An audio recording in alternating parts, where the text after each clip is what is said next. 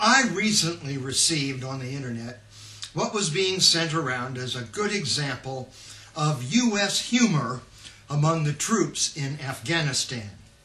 It says, "You may be a Taliban if 1. You refine heroin for a living, but you have a moral objection to beer. 2. You own a $3,000 machine gun, but you can't afford shoes. 3. You have more wives than teeth. 4. You wipe your butt with your bare hand, but you consider bacon unclean. 5. You think vests come in 2 styles, bulletproof and suicide. 6. You can't think of anyone you haven't declared jihad against. 7. You consider television dangerous, but you carry explosives around in your clothing. 8. You were amazed to discover that cell phones have uses other than to set off roadside bombs. 9.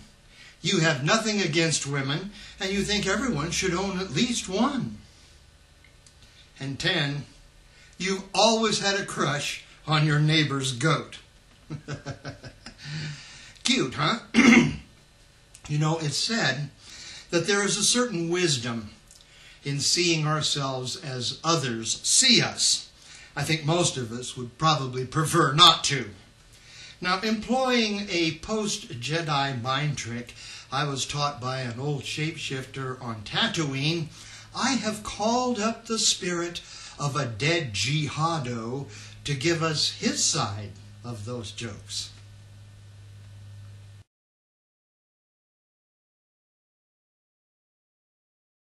One, you refine heroin for a living, but you have a moral objection to beer. We don't consume heroin. We sell it to Americans who can't get enough of it. The CIA buys half of it, and the Air Force bombs the other half to keep the price up.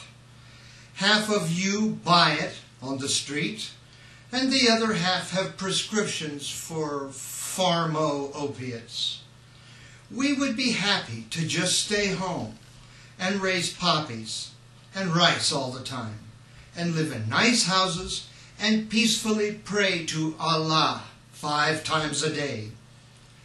To prevent us from having that life, to protect yourself, you say, you bomb our country and kill us and set up a paid puppet police state to control us. You are assholes. You're hemorrhoids. 2, you own a $3,000 machine gun, but you can't afford shoes. First things first. If your country was being invaded by an army of people who think your God is evil and who bomb your fields with everlasting landmines to keep you from growing poppies or food, I expect you'd learn to walk barefoot to own a gun too, whether legal or not. Or maybe you just spend it all on tranquilizers and hope somebody's kid will join the army to protect you. 3, you have more wives than teeth. Okay, you have beautiful plastic Hollywood teeth and 3 ex-wives who hate you. I'll get one of my old sweethearts, or my new one, to pre-chew my falafels for me and die a happy man. Thank you. 4, you wipe your butt with your bare hand, but you consider bacon unclean. It's about cleanliness when you have no paper. Without Halliburton milking your working class to wipe your ass for you, what would you use? Dollar bills? For the cost of one of those cute little jets you use to bomb my family's outhouse, you could provide my whole country with enough toilet paper for years. We don't eat pork. You don't eat horses. So what?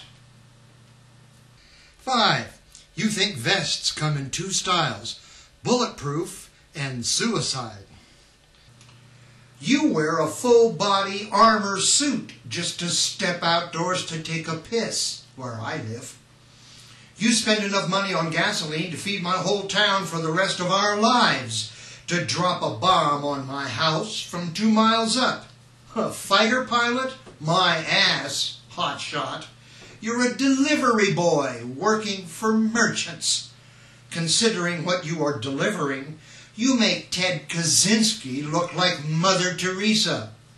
I pray all night to every name of God I know to let me live long enough to get even one of you puffed up robo-cowards.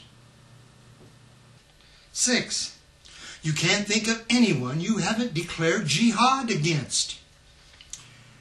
If a great, prideful military empire of infinitely rich and bigoted, degenerate gluttons who hate your religion, your race, and your culture invaded your country to kill you, to free you from your leaders and your God, and to connect you to their system of marketing and information control, you'd likely think of nothing but jihad too. 7. You consider television dangerous, but you carry explosives around in your clothing. Considering its power of illusion to create the entire view of the world and of life for a whole nation of people, and thereby to control them, and to addict them to consuming things that kill them, and to ideas that lead them to kill other people. I would say in the long run, television is more dangerous than explosives. Suckers. 8. You were amazed to discover that cell phones have uses other than to set off roadside bombs. Oh yeah. Unlike you, who would be amazed to discover that cell phones have uses other than to order pizza and get laid, and who couldn't figure out how to set off a roadside bomb if you were given a hardware store and the whole afternoon, even if your family's life depended on it. 9. You have nothing against women, and you think everyone should own at least one. I believe that's the good Christian attitude also among those who take the book literally. Some of us, ragheads, are even willing to work hard enough to feed and house several of them and their children. I hear most of you can't take care of even one, and you hire lawyers to fight over who has to pay for the baby's lunch. And 10. You've always had a crush on your neighbor's goat. Oh, sure I have, you sneering swine. You've always had a crush on your neighbor's little brother's fat butt, or your sister's. Your heroes hang themselves jerking off in the closet, or drug themselves wishing they were still your neighbor's little brother. Go ahead. Laugh it up, you soulless schmucks. Allahu Kikbatu. Can you dig it, Bubba? Well, clearly, those Taliban don't have much sense of humor, do they? As comics goes, they're dying out there. Our boys are killing them. Get it? Your neighbor's goat. Bah, bah. Can you just see that? Hey, did you hear the one about the 72 virgins and the smart bomb? It'll kill them.